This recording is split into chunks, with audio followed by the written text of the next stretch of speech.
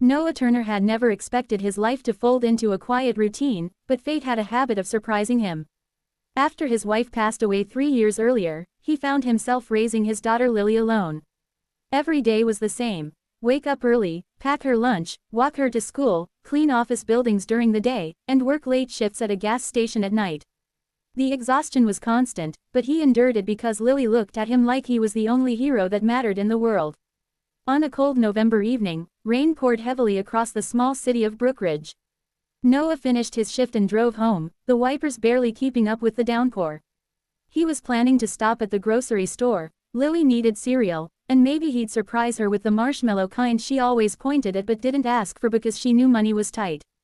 His tires splashed through a deep puddle as he turned onto Cedar Ridge Road, a long, poorly lit stretch leading toward their neighborhood. As he drove slowly, something caught his eye on the side of the road, at first, just what looked like black clothing. Then he saw a reflective strip, a badge, and finally, a flash of red pooling beneath. He slammed the brakes. A woman was lying halfway in a ditch, her body soaked in rain and blood. Noah's heart pounded. He jumped out, rain immediately soaking his jacket. As he ran closer, he realized she was wearing a police uniform. Her breathing was faint, the kind that looked like it might stop at any second. Hey, can you hear me? Noah knelt beside her. Her lips trembled, and she forced a whisper. Please, no hospital, they'll find me. Noah's mind spun. Someone had done this to her. Someone dangerous. No hospital, then where? He asked, steadying his voice. She blinked slowly, struggling to stay conscious. Station, 3rd floor, I need, evidence locker. Don't let them destroy it. Her hand trembled as she tried to reach something near her belt. Noah covered her hand with his. All right, we'll figure this out, but first, she would die if he didn't help her. He carefully lifted her, trying not to worsen her injuries. She gritted her teeth, biting back pain. Noah placed her in the back seat of the car and sped home. When he arrived, Lily ran to the door holding her stuffed rabbit, her eyes wide. Daddy. Noah knelt quickly. Sweetheart, go to your room and turn on your cartoons. Do not come out until I say. Okay. Lily nodded, sensing the seriousness, and disappeared. Noah carried the woman into the house and laid her onto the couch. He cleaned the wounds as best as he could. The gunshot wound to her side was the worst, patched badly, like whoever shot her expected her to bleed out before finding help. You need a hospital, Noah said again. No. She grabbed his wrist with surprising strength. There are dirty cops inside the department. They'll finish me. Noah stared at her, the gravity of the situation sinking in. My name is Officer Dana Reyes, she whispered. I was investigating a trafficking ring. Some officers involved. I stole proof. They came after me. They'll come here if they track me.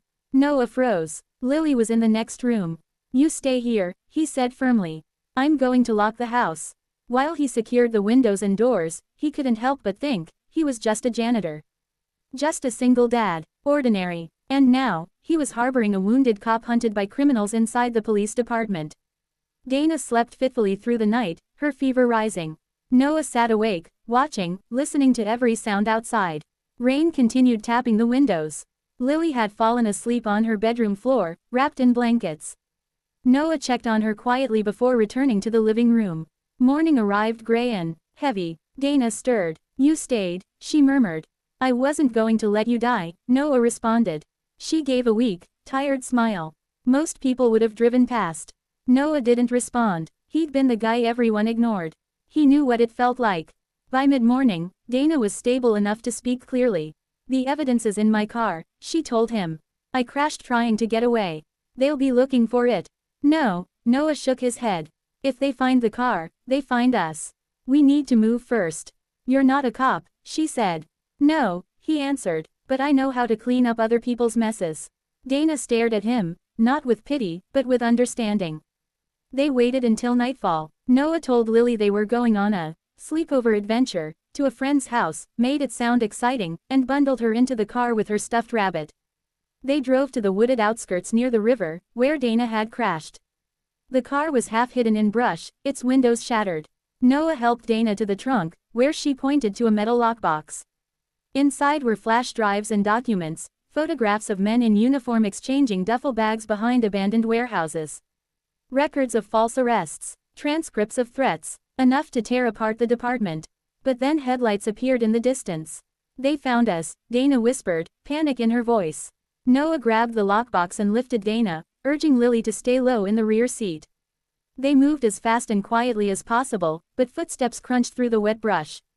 A voice called out, Reyes, we know you're here. Dana's breath hitched. Noah felt his muscles tighten, fear, but also something else, something old and fierce. The same feeling he felt when Lily cried after her mother's funeral and he promised he would never let her world fall apart again.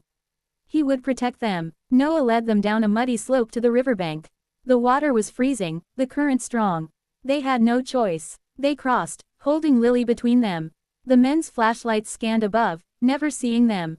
After hours of moving through the dark woods, they reached a closed bakery owned by Mrs. Doyle, an elderly widow Noah often helped with yard work. She let them inside without asking questions, simply seeing the fear in their eyes. Dana recovered slowly in the warmth of the small bakery kitchen. Meanwhile, Noah used Mrs.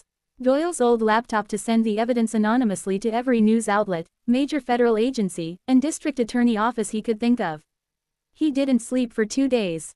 By the morning of the second day, the city exploded. News vans swarmed the police station. Federal agents raided offices. The corrupt officers were arrested.